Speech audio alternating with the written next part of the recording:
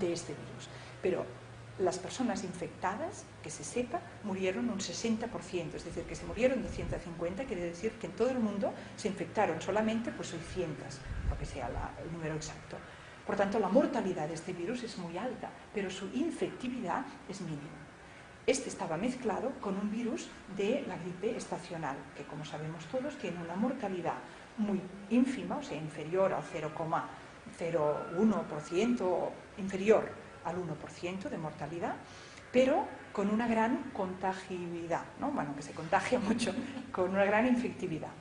Si tú mezclas estos dos virus, lo que estás haciendo, y luego lo distribuyes a miles de personas, estás maximizando la probabilidad que estos dos virus se unan, que estos se recombinen y aparezca un virus nuevo que sea a la vez muy letal y muy capaz de infección. Esto es así, este virus estaba, esto la casa Baxter lo ha aceptado, no ha dicho no, esto no es verdad, esto lo ha dicho Jane Burgermeister o quien sea, pero esto no estaba ahí, esto está aceptado oficialmente por la casa Baxter, que en el material, en el entero, no en una parte en la que llegó a la República Checa, en los 72 kilos de material había virus vivos de la gripe aviar mezclados con la gripe de cada año. Esto es así, esto es el dato. Entonces, ¿podía haber ocurrido esto por casualidad?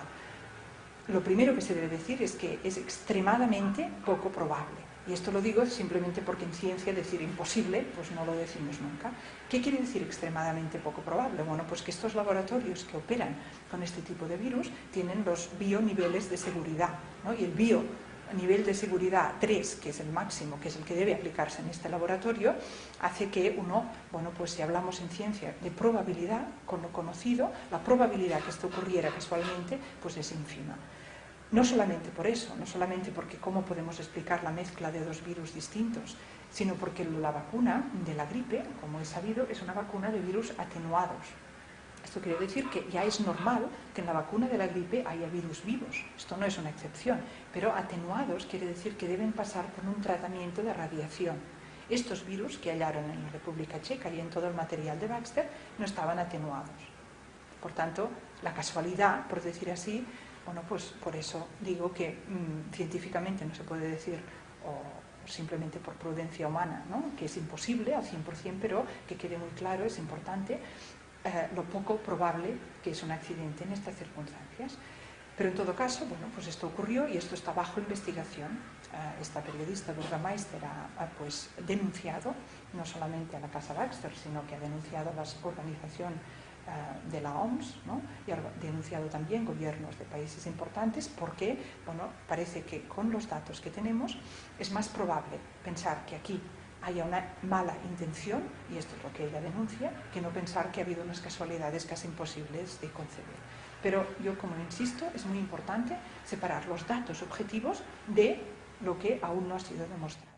Porque yo creo que lo bueno de este vídeo o de esta información que estamos haciendo es que llegue a cuanta más gente mejor, y que llegue a personas que sobre planes de que haya una élite en el mundo que quiera que desaparezca parte de la población o incluso mucha población, de que todo esto diga, pero ¿esto de dónde viene? Esto es ciencia ficción, esto no lo he oído nunca. Entonces, yo sé que hay personas que esto lo están estudiando desde hace tiempo, pero yo desearía que mi mensaje llegara a alguien que dice, oiga, mire, yo de todo esto no sé nada, pero yo acabo de oír que aquí hubo un laboratorio que envió una vacuna contaminada y que resulta, esto no lo habíamos dicho, pero es así, que es uno de los laboratorios que está responsable para hacer vacunas de la gripe este año. Bueno, pues esto de momento ya me justifica a mí para decir, yo una vacuna de esta casa, hasta que no se aclare por qué le pasó esto de la contaminación, yo no la deseo para mí, para mis hijos, ni para nadie que yo pueda tener influencia. No sé si me he explicado en este punto,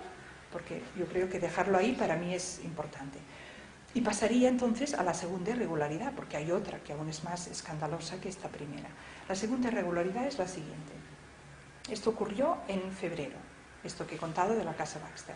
También he dicho que el 17 de abril fue el primer diagnóstico de casos de la gripe nueva.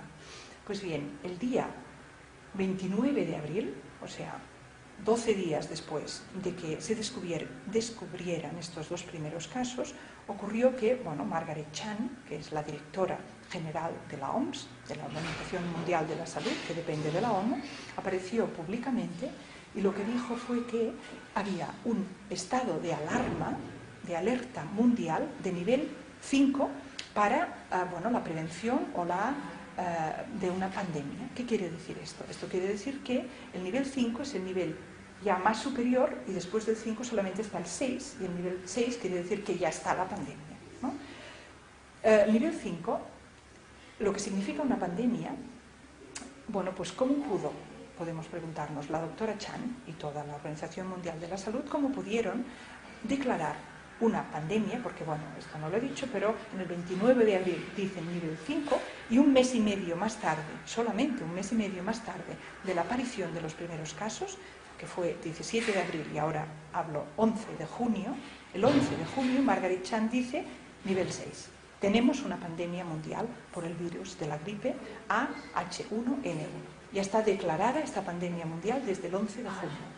¿Cómo pudo haber declarado una pandemia mundial la OMS teniendo en cuenta que este virus tiene una infectividad o una mortalidad inferior al virus de cada año?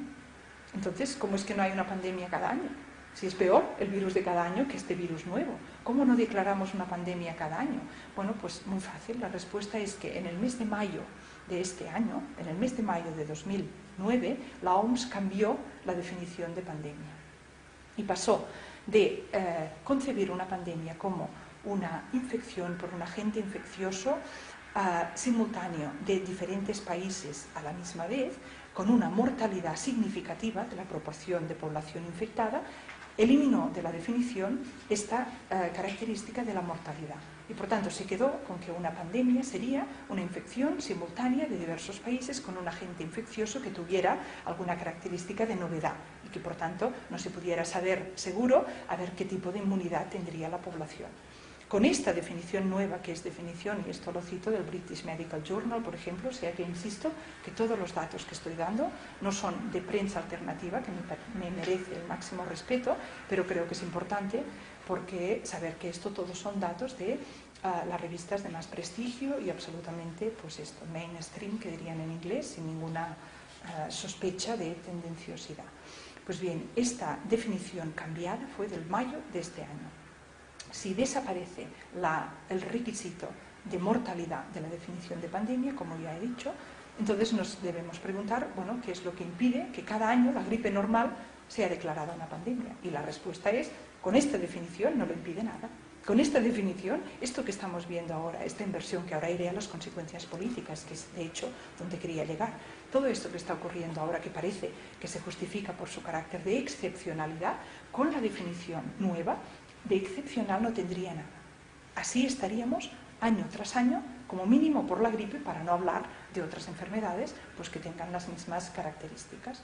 Uno dice, a ver un momento, es verdad que este virus es menos menos mortal, ¿no? Que hay menos mortalidad que el de cada año, y esto lo leeréis en cualquier parte, todo el mundo lo dice, ¿no? Incluso la ministra aquí, o aceptan que eso es así.